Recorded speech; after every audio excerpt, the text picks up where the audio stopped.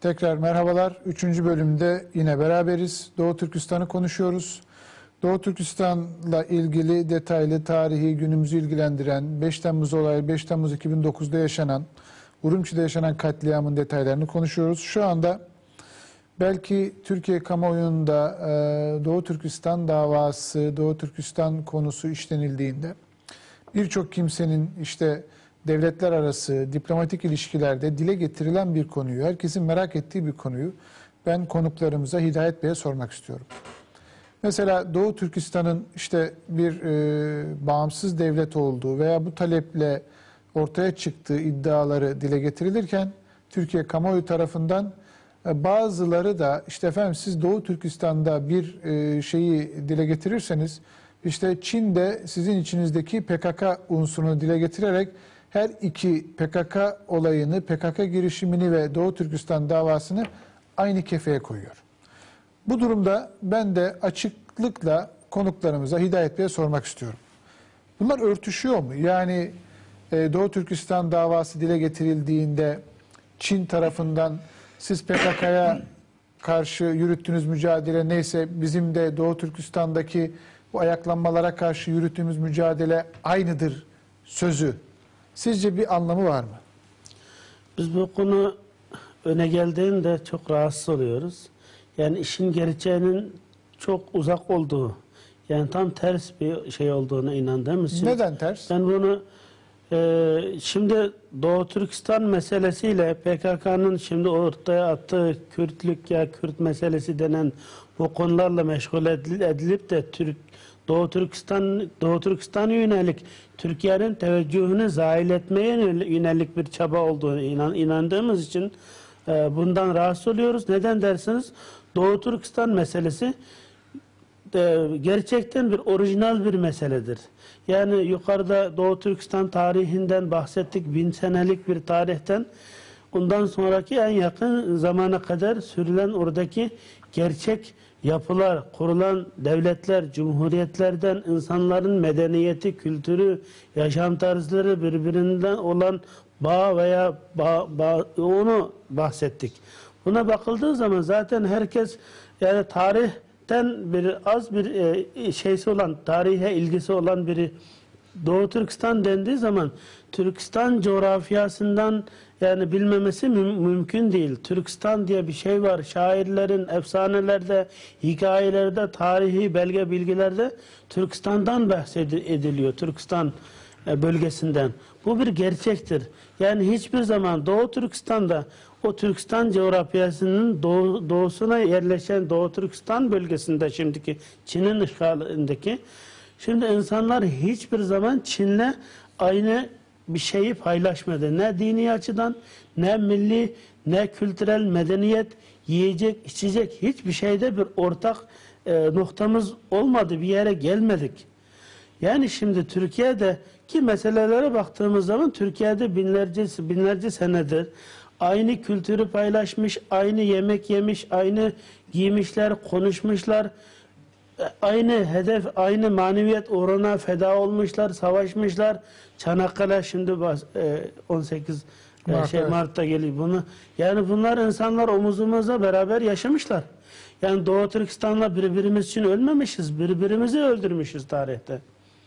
Yani buna bakıldığı zaman Türkistan zaten biz eski tarihlere referans alamazsak yeni tarihe baktığımız zaman 1933'teki dünyada ilk kurulan İslam Cumhuriyeti'nin referansı Türkistan'dan geliyor, Doğu Türkistan'dan geliyor. Yani şimdi biz bunu ben misal olarak diyorum, örtüşür mü diye bunu ikisini kıyas ettiğiniz zaman. Şimdi Pakistan'ın 1947'de Hindistan'dan ayrılmasının nedeni neydi? Yani Kaid-i ya da Muhammed Ali Cinnah denilen bu kişinin hukuki bir savaşla yani hukuki bir mücadeleyle ayrıldığını herkes biliyor Pakistan'ın insanı. Evet. Buradaki slogan neydi? Aynı kültür, aynı medeniyet, aynı coğrafyada yaşıyorlardı. Buradaki slogan sadece biz milletimizin dini inancımız ayrı olduğu için biz ayrı bir milletiz. Bu sloganla millet olarak ayrıldı. Pakistan'dan hukuki bir şey kazandı. Ona bakıldığı zaman Türkistan projesi, Türkistan meselesi daha orijinal. Yani dini açıdan bakın, kültürel, medeniyet ne varsa yani bir benzerliğimiz yok. Hiçbir yerde bir yere gelmiyoruz. Sadece baktığınız zaman 5,5 milyon, yani 1949'daki diyorum 5,5 milyon var. Bir de 300 bin Doğu Türkistan, Çinli yaşıyor. Sadece Ürümçi'de. Bütün koskoca Türkistan'da Çinli yok. Yani ben 80'lerde 84-85'lere kadar ben ondan sonra yurt dışına okumaya gidiyorum. O senelerde bile biz Çinlileri görmüyoruz. Aynı mahallede yaşamıyoruz. Çince konuşmuyoruz. Yani bunlara bakıldığı zaman biz hiçbir zaman Çin'in bir parçası olmadık. Onun için bu meseleyi sulandırmak için Türkistan meselesini PKK meselesiyle şeyde tutmak da bu bir zulümdür. Yani hiçbir taraftan bunu Türkiye devlet olarak tedirgin olmamalıdır.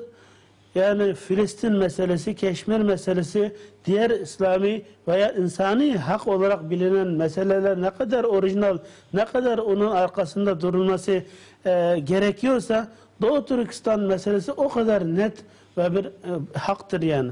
Bu meseleyi sulandırmamak lazım yani. Evet. İşte ben bu algı sizin cümlelerinizle daha açıklığa kavuşsun düşüncesiyle. Çünkü yani siz kalkıp da Doğu Türkistan'la ilgili bir sıkıntıyı, bir problemi dile getirdiğinizde hemen devletler arası diplomatik görüşmeler devreye giriyor ve işte sizde o varsa bizde de bu var gibi karşılaştırmalar yapılıyor. Evet. Bu şekilde sizin açıklamalarınızda bu da daha iyi anlaşılmış oldu. Ben öncelikle teşekkür ediyorum. Evet. İzniniz olursa Alimcan Bey ile devam etmek istiyorum. Alimcan Bey, Hidayet Bey Doğu Türkistan'da 5 Temmuz olayları sonrasında 5 Temmuz'a gelen süreci ifade etti.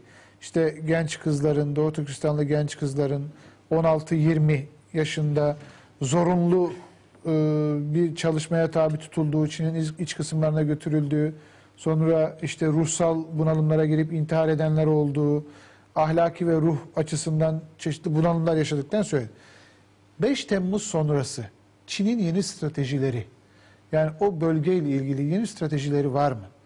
Yani ayrıca belki de hani yine söylediniz, demografik durum şu anda Çin'in aşağı yukarı bizim 1,5 katı olduğunu söylüyorsunuz göçlerle.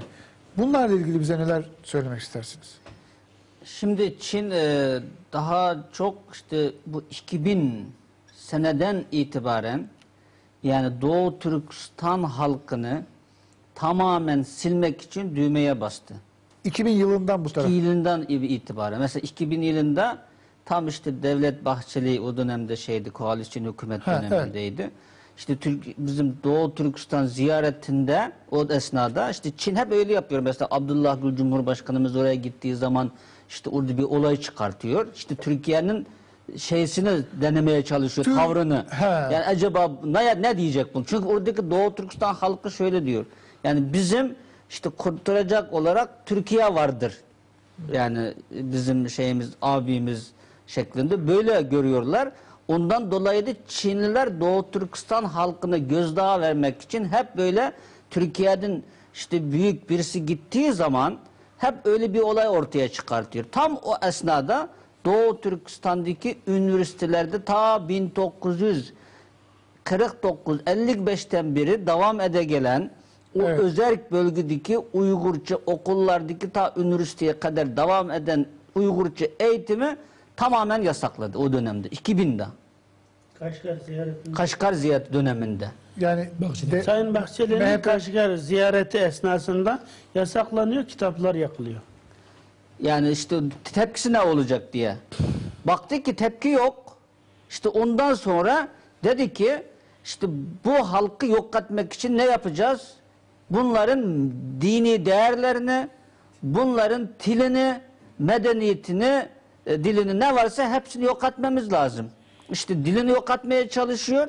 Ondan sonra işte bu 18'den aslında büyüklerin dini öğrenme serbest. Diyor ki işte camilere işte 18'den küçükler giremez, işte emeklisi giremez, köy muhtarı giremez gibi bütün bayanlar giremez diye bütün böyle insanları camiden uzaklaştırıyor.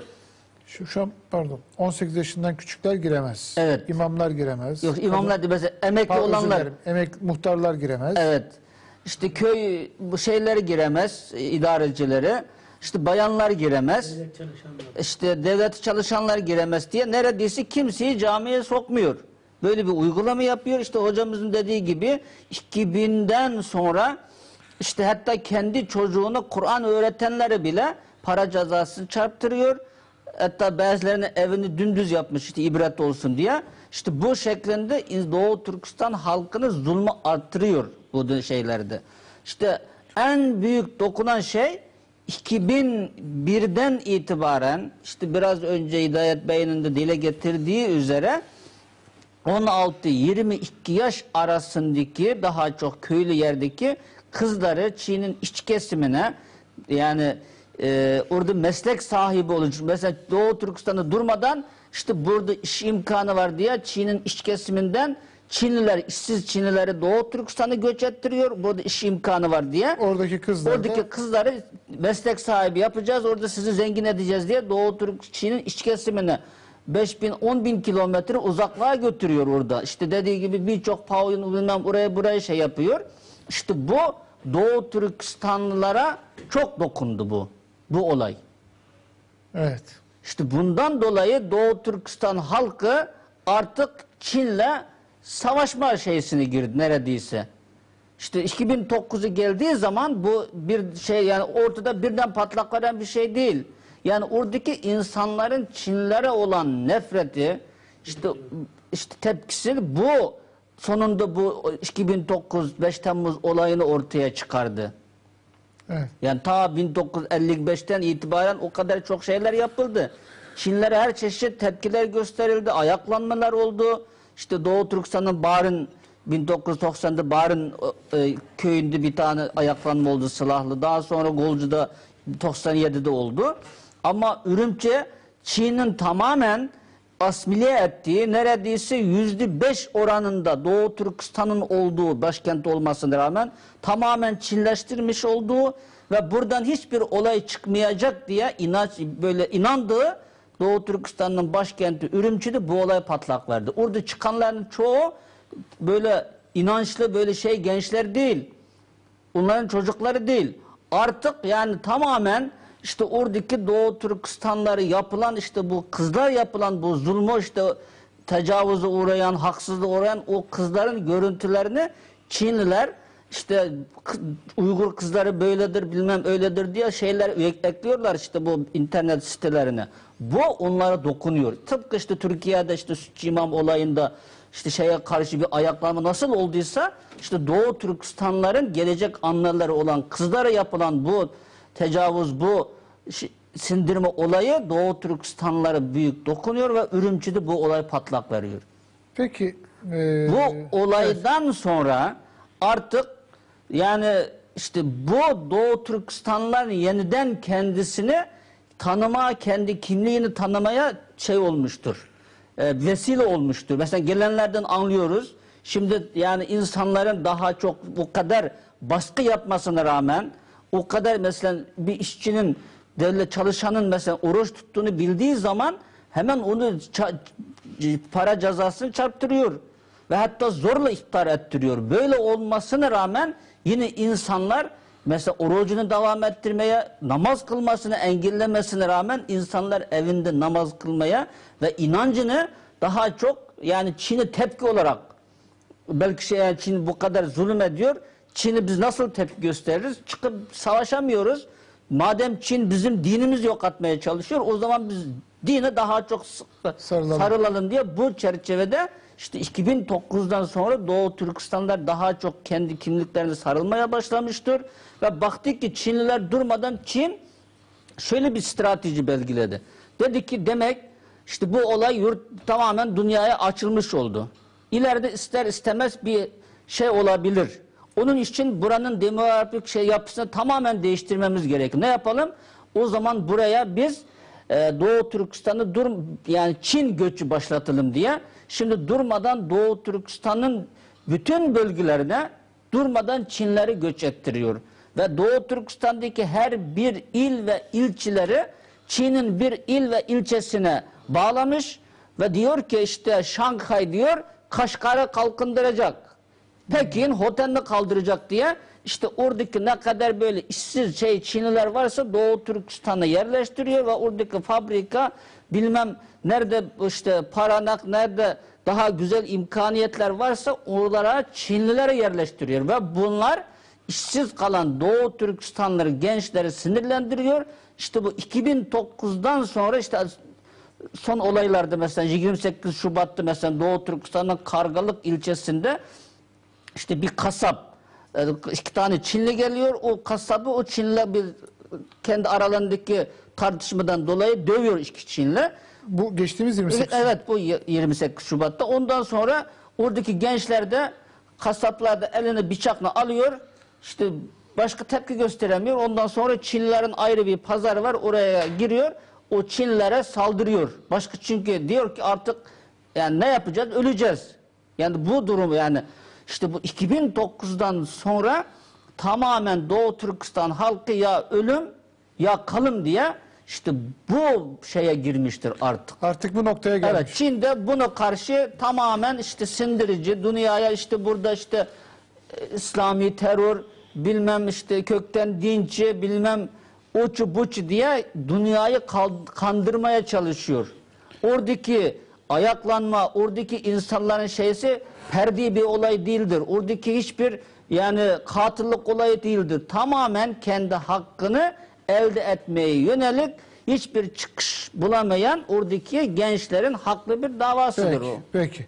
Teşekkür ediyorum. Abdülhakim Han Bey ile devam etmek istiyorum. Ben Türkistan davasıyla halk arasında kısmen cümleler arasında geçti ama halk arasındaki ilişki nasıl? Yani evet 35-40 milyon nüfustan bahsediyoruz.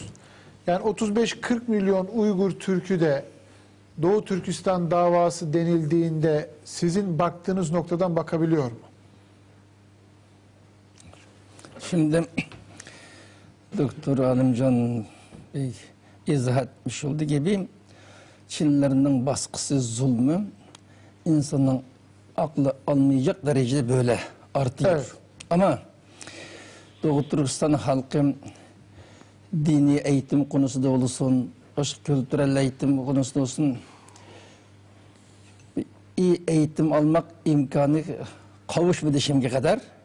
Ama buna rağmen şimdi Doğu Türkistan halkı özellikle Doğu Türkistan içinde yaşayan, dışarı çıkmayan halk, özellikle gençler şimdi Doğu Türkistan davası konusunda Doğu Türkistan'ın dışarıda yaşayanların çok fazla bunun önem veriyor şimdi.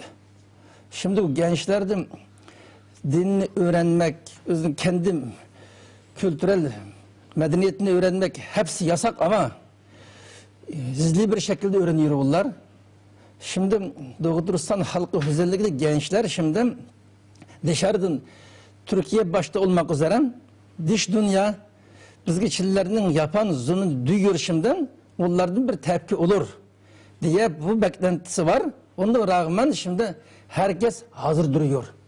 Biz en kısa zamanda Çinlilerin zulmünü kendimizi kurtaracağız.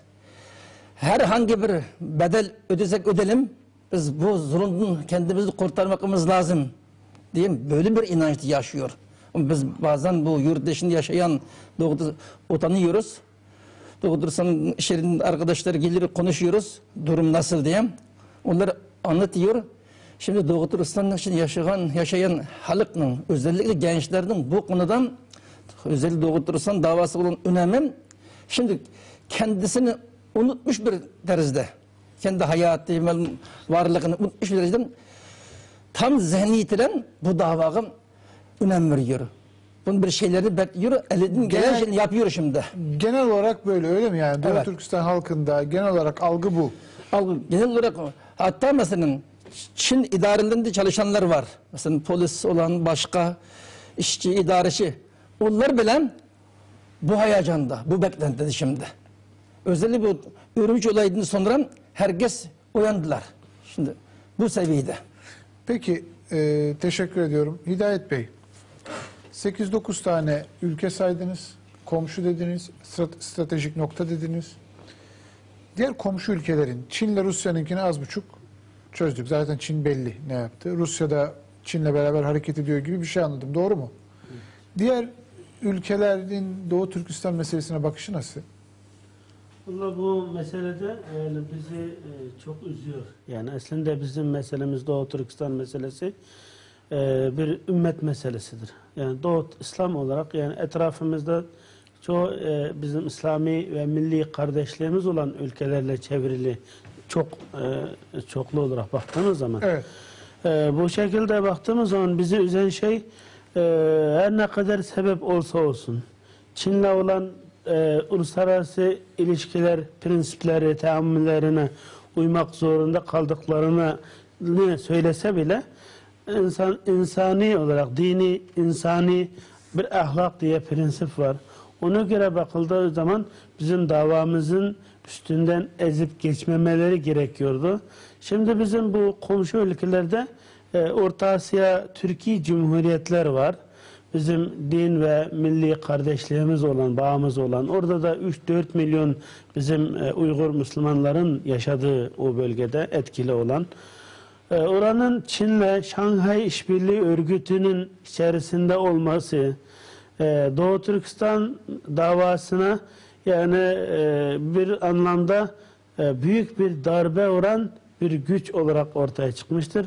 Onların ekonomi ve siyasi diğer menfaatlarına ne kadar hizmet ettiğini tam bilemiyoruz ama bunun daha çok Çin'e ve Rusya'ya hizmet ettiği çok aşikardır. Yani Çin'e, Rusya'ya hizmet etti. Yani orada onur diye bir şey kalmamış. Yani kardeşlik, insanlık bir şey diye bir şey yok. Yani hatta bizim insanlar aynı şey eskiden Türkistan, sadece Türkistan vardı. Kazakistan, Kırgızistan, yani bir şey yoktu. Kaşgar vardı, Buhara, Samarkand vardı, Bişkek vardı. Şimdi her şeyi paylaşarak yaşamışız. Orada insanlar zaten birkaç milyon bizim kardeşlerimiz de aynı Uygur yaşıyor. Şu anda ticaret için veya diğer yurt dışına bağlandığımız zaman o bölgeleri yoğun kullanıyoruz. Hatta Pakistan onun içinde dahil. Yani gel git ticaret, hareketlilik o bölgelerde yaşanıyor bizim için ve can kaynağı. Şimdi orada Çin'in tamamen o kadar etkin ki insanları Doğu Türkistan'da ezdikleri yetmeyip oradaki insanları da hatta Çin polisi, Çin arabasıyla polisin Çin plakalı arabayla o cumhuriyetlere gelip istedikleri insanlara alıp götürmeleri, idam etmeleri. Son zamanlarda bazı haberler yani çok gülünç gelir, yani çok ibret verici şey. Hatta o cumhuriyetlerinden adını söylemiyorum birinde şu hale gelmiş ki yolda giden herhangi bir Uygur'u görünce yakalayıp Çin Büyükelçiliğine götürüyormuş. Götürüp bu insanı arıyor musunuz, bunu istiyor musunuz diye, bu şaka değil. Gerçekten yapmışlar. Peki bu büyükelçilik falan işte bir Uygur getirene şu kadar para diye bir şey mi var bunun? Normalde onun siyasi olarak yakalamak istedikleri insan oluyor. O yüzden sürekli Çin orada hareket ediyor. Ama şimdi o kadar alışmışlar ki yoğun, yani onlar diyor ki herhangi bir Uygur'a götürsek para alırız düşüncesine kapılmışlar. Bu hale gelmiş. Şimdi Pakistan bile zaten insanları çok seviyoruz. İslami olarak çok iyi insanlar. Ben orada yaşadım. Seviyoruz. Ama o siyasi olarak orada yapılan şeyler zaten bazen çok yakındığımız zaman ya bize arkadaşlarımızı, öğrencileri tutup Çin'e havale ettiği zaman idamlar yaşandı. Sürekli katliamlar, Uygurları katlediyorlar, muhacirleri tutup yakalıyorlar. Bunu oradaki kardeşlerimizi yakındığımız zaman diyor ya siz küsmeyin diyor.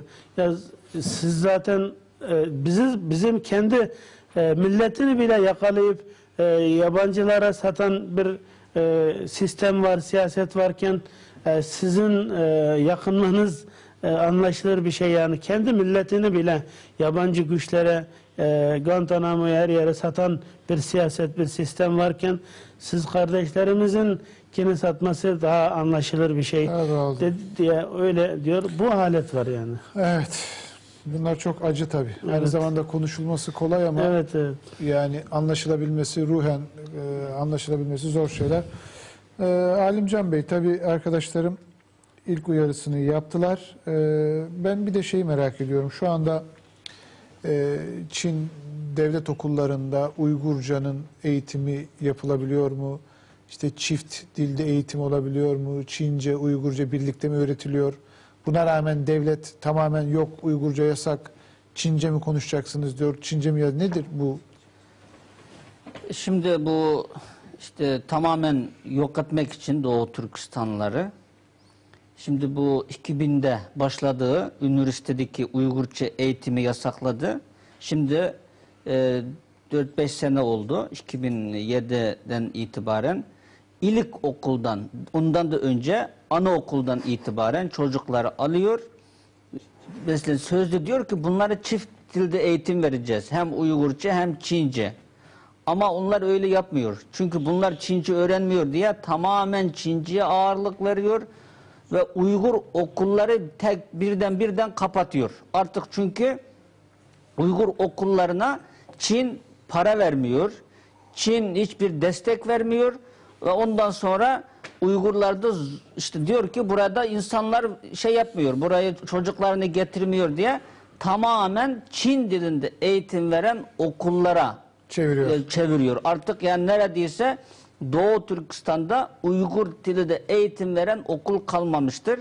Tamamen Çin çift dilde eğitim adı altında Çinlilerle aynı sınıfta öğrencileri orada yani asimile etmeye çalışıyorlar. Artık orada yani çift dilde eğitim değil, tamamen Çin dilde eğitimi çevrilmiştir. Ama Çin işte bunların kültürünü şey yapmak, işte bunların daha böyle seviyesini yükseltmek için biz çift dilde Çince öğrenmesine önem veriyoruz. Çünkü öyle yapmazsa iş bulamazlar, zamana ayak uyduramazlar gibi böyle sepsetelerle Doğu Türkistan halkının tamamen kimliğini yok etmek için, işte dilini, dinini yok etmek için böyle bir şeylere müracaat etti ve bunu insanları zorluyor. İşte eğer öyle vermezseniz bu kadar para cezası vereceksiniz diye işte anaokuldan itibaren ta üniversiteye kadar tamamen Çince eğitime çevrilmiştir.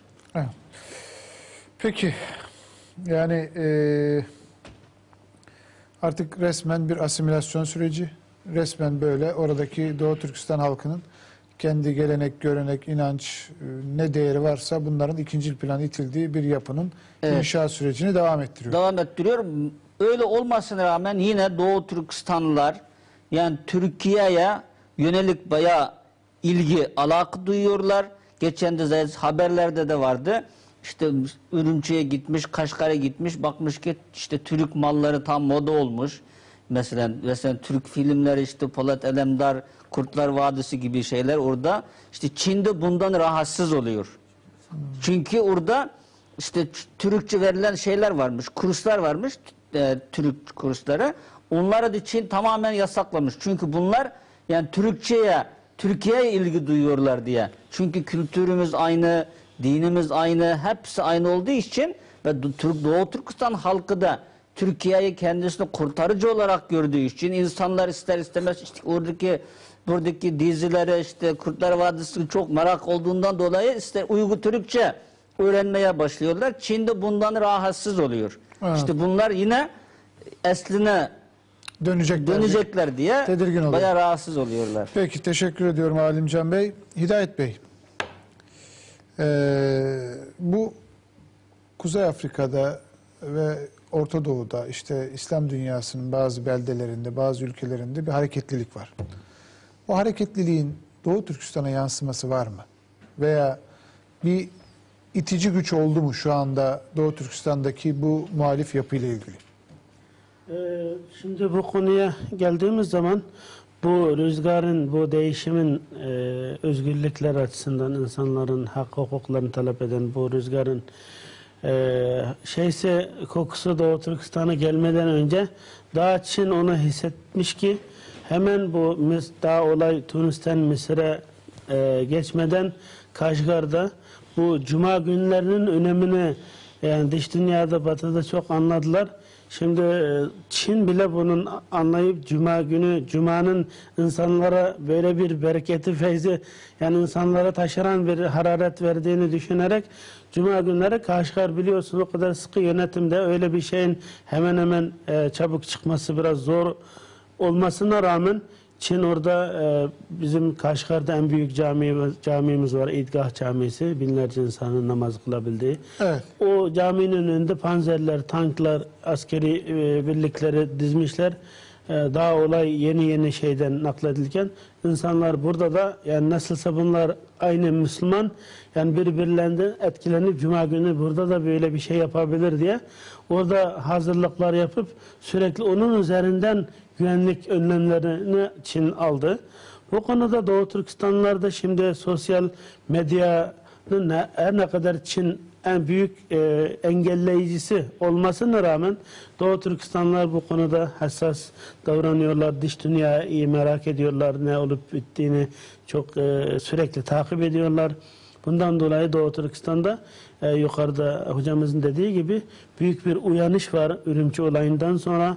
Bunun içinde zaten bu Ürümçi olayı hemen olduğunda dünyaya bu olayın böyle bir siyasi ve milli mesele olmadı, dini ve milli mesele olmadı. Bu sadece oradaki insanların yaşam standartlarının düşük olması, birkaç yöneticinin kötü yönetmesi, daha temiz, işini temiz bitirememesi nedeniyle onları işlerinden alıp yeni yönetici getirmekten ibaret olduğunu şey yaptılar.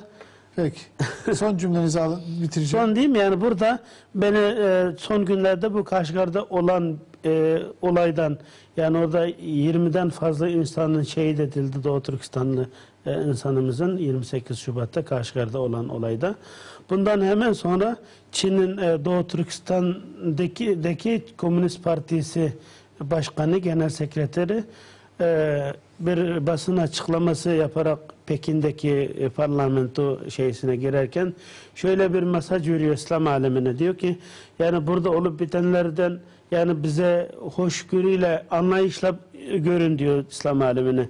Burada biz onları öldürüyorsak yani onlar bir terör olayıdır. Bu din ve millet meselesi değildir. Yani bunu anlayışlı bakmanız lazım falan diyor. Yani biz son olarak diyoruz ki buradaki mesele tamamen din ve millet meselesidir. Hak ve adalet meselesidir. Bu bir ümmetin meselesidir.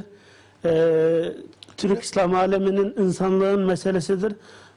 Bunu Çin böyle güçle, kuvvetle bastıramaz, bitiremez. İnşallah biz de bu özgürlük havasının çok yakında Doğu Türkistan'da eseceğini ve inşallah orada özgürlüğü tadacağımıza inanıyoruz. Peki. Çok teşekkür ediyorum. Programın sonuna geldik. Öncelikle stüdyomuzda konuk ettik sizleri. Kırmadınız, geldiniz. Teşekkür ediyoruz. İnşallah çalışmalarınızın bereketli olmasını temenni ediyoruz. Hidayetullah Oğuzhan Bey, Doğu Türkistan Marif Cemiyeti Genel Başkanı, teşekkür ediyoruz. Doktor Alimcan Buğda Bey, teşekkür ediyoruz. Ve Abdülhakim Han Teklimakan Bey, teşekkür ediyoruz.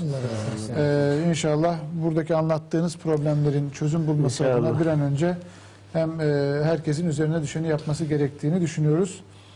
Bunun yapılması gerektiğine inanıyoruz. Tekrar teşekkür ediyoruz. Değerli izleyiciler, bir programın daha sonuna geldik. Programı kapatırken bir iki konuyla ilgili daha belki size bilgi vermek veya düşüncemi ifade etmek durumundayım. Onlar da geçtiğimiz günlerde İsrail'in yine Gazze'ye yaptığı bombalı saldırıda 25 kardeşimizin, 25 Filistinli'nin şehit olması. Tabii bu da hepimizi tekrar derinden etkileyen bir gelişme oldu. Basın açıklamaları yapıldı, protesto gösterileri yapıldı. Ama burada İsrail'in sürekli belli bir zaman periyodları içinde önce tansiyonu yükseltip birden kesmesi ve ondan sonra belli bir zamana yayması ama istikrarlı bir şekilde bu katliamlarını devam ettiriyor olması da bu anlamda Filistin davasına gönül verenler olarak bunun hangi anlamlarla, hangi amaçlarla yapıldığı çok iyi idrak edilmeli. Bunun takibi yapılmalı diye düşünüyorum. Ayrıca iki tane gazeteci kardeşimiz Adem Özköse ve Hamit Coşkun Bey bir belgesel çekimi için Suriye'ye gittiler. Kendilerinden zannediyorum ben yayındayken başka bir gelişme olmadıysa şu anda Suriye'de devlet tarafından tutuklu olduklarına dair bir bilgi var. Tabii bu kardeşlerimizin bir an önce özgürlüklerine kavuşması, bir an önce yurda dönmeleri adına Dışişleri Bakanlığı veya yetkili kurumların ne yapması gerekiyorsa bu anlamda bunu yapması gerektiğine inanıyoruz. Sonuçta gazeteciler, sonuçta oradaki problemi, oradaki sorunu, oradaki bilgiyi, belgeyi neyse dünya kamuoyuna aktarmakla görevli gazeteci kimliğiyle öne çıkan arkadaşlarımız olduğunu düşünüyorum. Bir diğer konu da Çanakkale meselesiyle programımızı açtık. Çanakkale'yi anlatırken Kudüs'ten 1917-1972 arasında Kudüs'te nöbet tutmaya devam eden bir Osmanlı askerinden bahsettik. Yine bir dörtlükle ben programı kapatıyorum. Belki 18 Mart 1915 olaylarının sonuç da onların beklentisinin, oradaki şehitlerimizin beklentisinin bizden ne olduğunu ifade eden güzel bir dörtlükle programı kapatıyorum. Dörtlü okumadan önce yayın masasındaki arkadaşlarım adına, kameraman arkadaşlarım adına gecenin bu geç vaktine kadar ekranlarda bizlerle beraber olduğunuz için hepinize teşekkür ediyorum. Hayırlı geceler diliyorum ve şu dörtlükle 18 Mart 1915 Çanakkale olaylarını anmak adına şu dörtlükle programı kapatıyorum. Gök kubbenin altında yatar alkan içinde, ey yolcu şu toprak için can veren erler. Hakkın bu veli kulları taş türbeye girmez, gufrana bürünmüş yalınız Fatiha bekler. Hayırlı geceler diliyorum.